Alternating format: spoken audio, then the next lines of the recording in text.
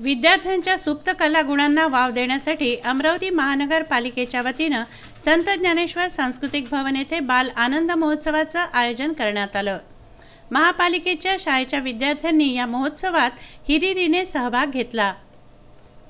बाल आनंद महोत्सवात विज्ञान प्रदर्शन भरवण्यात आलं। विद्यार्थ्यांनी प्रदर्शनातून प्रारूप सादर केले। मान्यवर मंडळींनी विज्ञान प्रदर्शनाची पाहणी केली व विद्यार्थ्यांकडून प्रयोगांविषयी माहिती घेतली।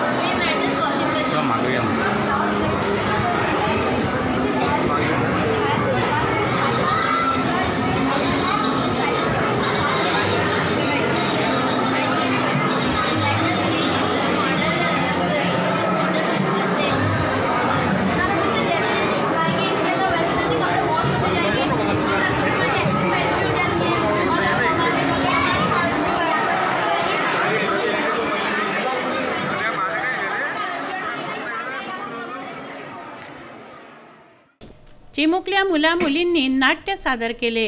ज्वलंत विषय विद्यार्थ्यांनी नाट्यातून मांडले।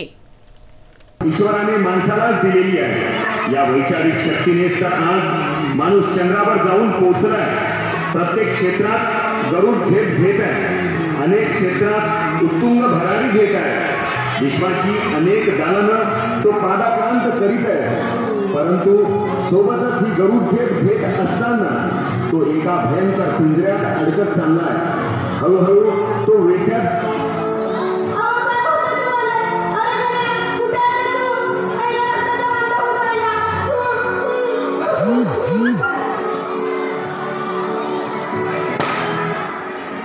देखो जरा ठहर के मेरा देश रो रहा है, घायल है मन का कोना मेरा देश रो रहा है। बघितलंच मित्रांनो, हस्तकलेचा नमुना विद्यार्थ्यांनी सादर केला। मातीची खेळणी विद्यार्थ्यांनी बनवली।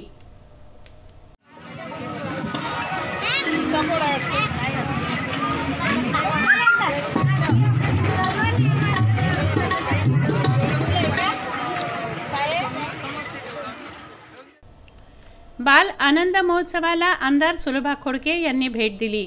विद्यार्थ्यांनी भरवलेल्या चित्र प्रदर्शनाची त्यांनी पाहणी केली व प्रतिक्रिया दिली।